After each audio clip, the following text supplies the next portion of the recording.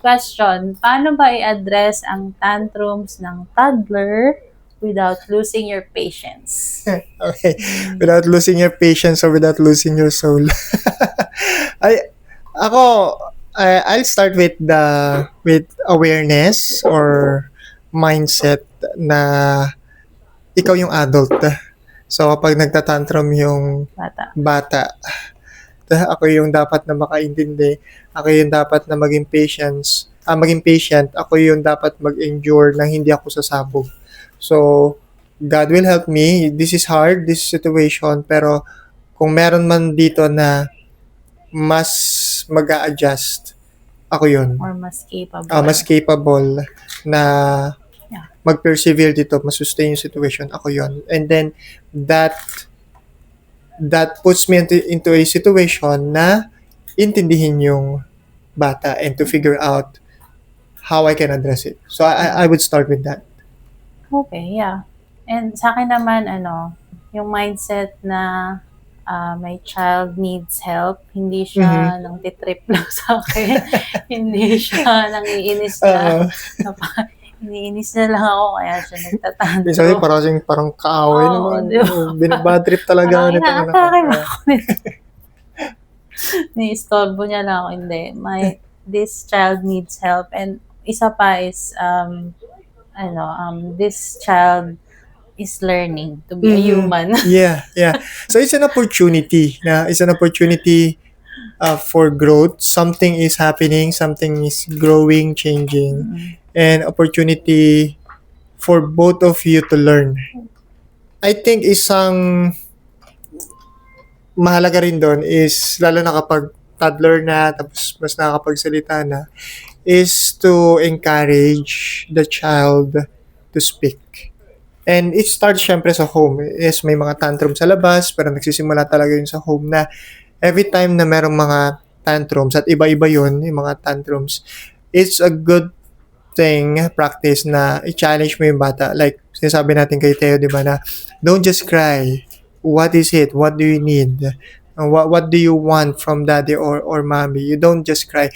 Kasi eventually, nung una hindi niya nagigets no? Pero eventually, na kukuha na rin niya na hindi pwedeng basta iyak ng iyak.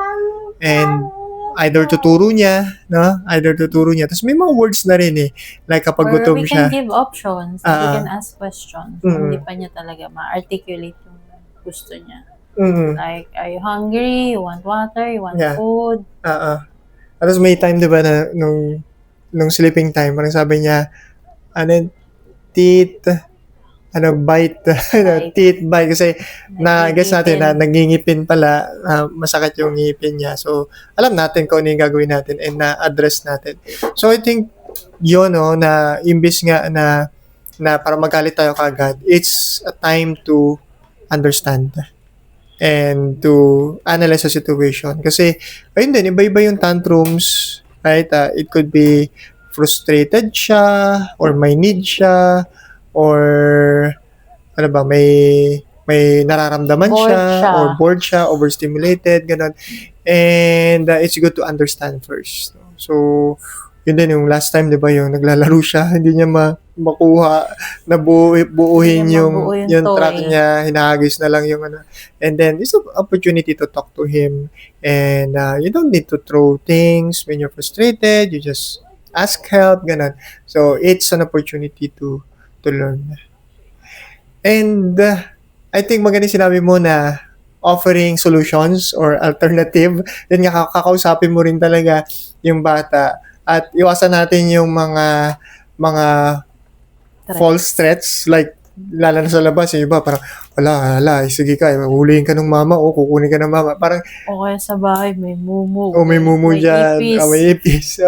And bukod sa pagsisinungaling yun, eventually, makikita kasi ng bata yun na parang, hindi naman totoo. So, the next time na gagawin mo yun, hindi na siya mag-work. And anong nangyari ay naglokohan lang kayo. hindi ka na-develop, hindi na-develop yung bata. So, I think babalik din doon sa be consistent, no? Be consistent with doing what is right, and Ayun. Persistent din kung mali man yung reason niya for having tantrums. Let's say, meron siyang gusto pero bawal talaga. Iyak talaga nang iyak siya. Pero you have to be persistent, offer other alternatives or the right alternatives. And yeah, you just have to endure being the adult. Ikaw talaga yung dapat mag-endure May times kahit din iyak siya ng tayo iyak. no na iyak lang siya ng iyak and we just let him cry. Yung ayaw niya halimbawa Then biglang kumain. titigil na lang siya. Oo. Ayaw niya kumain, so di namin pinansin. Usap lang kami ni Yeng hanggang sa eventually nakapansin niya siguro parang hindi nag-work yung iyak ko. Tapos sumubo na lang din siya ng pagkain. So may mga ganon klase ng tantrums.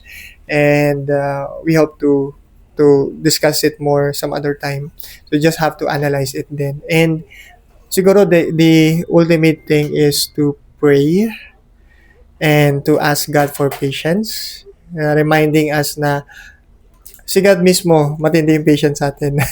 At tayo mismo ay makasalanan, iba't ibang mga tantrums din at foolishness, pero ganun pa rin yung pagmamahal ni Lord sa atin. So that should remind us na maging patient din sa Extend yung love sa extend yung love sa kanya, sa bata.